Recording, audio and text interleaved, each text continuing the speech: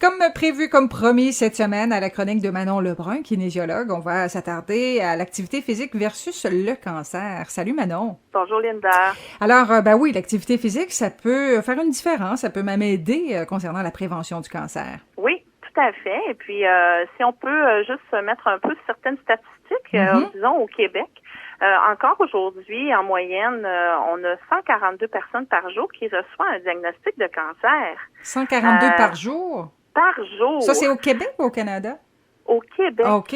C'est beaucoup, hein? Oui, c'est beaucoup, beaucoup, beaucoup de personnes. Et puis, en 2011, le cancer représentait environ 30% des causes de mortalité, ce qui lui conférait encore une première place dans les causes de décès au Canada. Mais toutefois, maintenant, il y a un grand progrès qu'il y a eu à ce niveau-là, au niveau de la recherche et tout ça. Puis nous avons la chance de voir de plus en plus de survivants du cancer. Alors, les gens reçoivent un diagnostic, mais c'est pas un diagnostic de mort, c'est un diagnostic de cancer. C'est ça. Et puis, maintenant, les taux de survie ont augmenté là, de 56 à 63%. Donc, on est plus qu'une personne, un diagnostic sur deux, qui va survivre de son cancer, heureusement. Et j'imagine qu'avec le temps, avec la recherche, on s'est rendu compte que l'activité physique, ça avait un rôle à jouer quand même là-dedans. Oui, très important. L'activité physique, dans le fond, elle est dans les 5 principaux facteurs de risque qui sont, dit, externes. Donc, qui est lié à nos comportements ou à notre environnement. Fait qu'il y a des facteurs de risque internes. On en a déjà parlé un petit peu au niveau du diabète, mais il y a l'âge, il y a l'historique familial, qui est des facteurs qu'on peut pas vraiment changer. Mais les facteurs dits externes, là où on a un impact, un pouvoir, exactement, ça en fait partie. Dans le fond, les 5 principaux facteurs, c'est le tabagisme, la consommation d'alcool, les habitudes alimentaires, le manque d'activité physique, qui en est un grand, et le surplus de gras. Fait que c'est les 5 facteurs de risque qui sont, modifiables. C'est ça. Disons que seulement avec l'activité physique, on peut en régler 2-3 autres avec ça, là. Oui, exactement.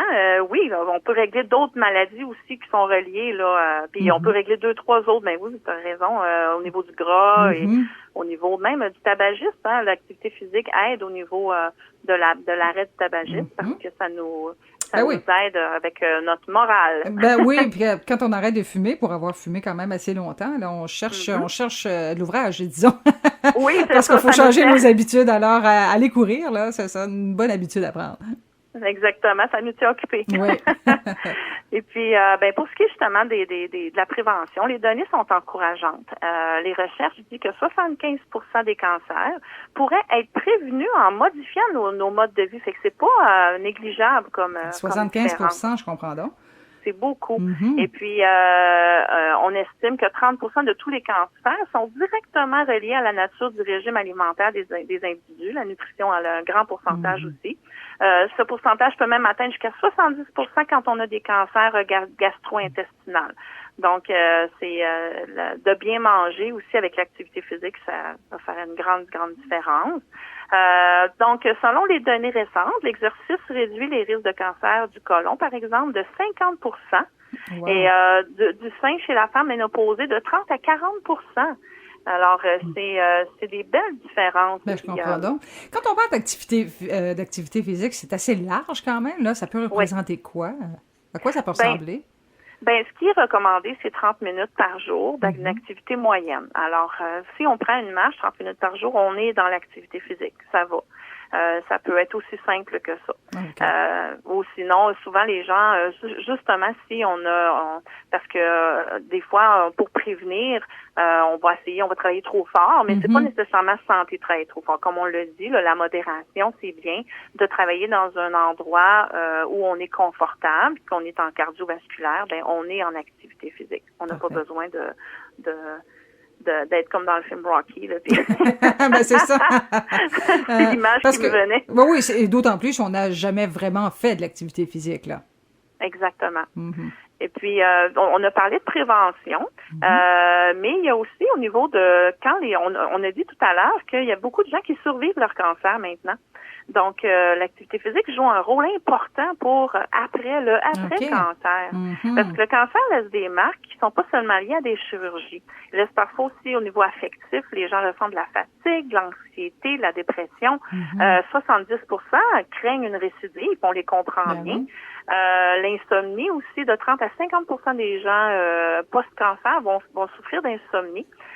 Donc, l'activité physique, c'est une méthode vraiment efficace pour améliorer tous ces symptômes-là aussi.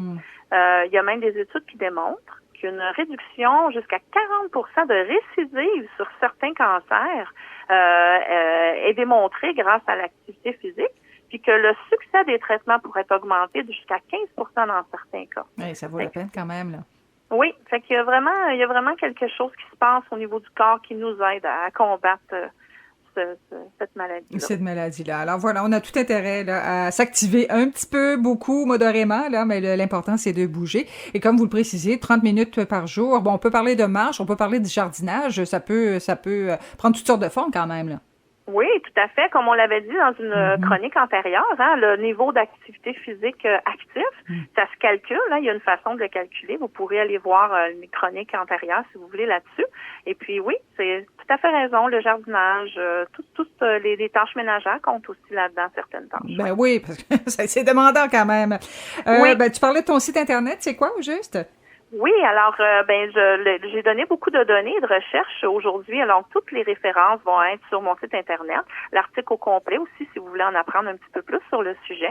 Et vous pouvez naturellement me contacter pour me poser des questions. Alors au www.kintechgym.com, www.kintechgym.com. Voilà.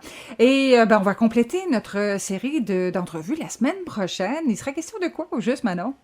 On va parler de d'où viennent les raideurs au niveau du haut du dos et du cou. Peut-être un petit raideur sur les cordes vocales, vous? Oui, on dirait. Alors, il sera question donc du haut du dos et du cou. Ça va concerner tout le monde, je suis convaincue. Prenez soin de vous, Manon Lebrun, kinésiologue. Là. Ben, merci bien. Bonne fin de semaine. journée.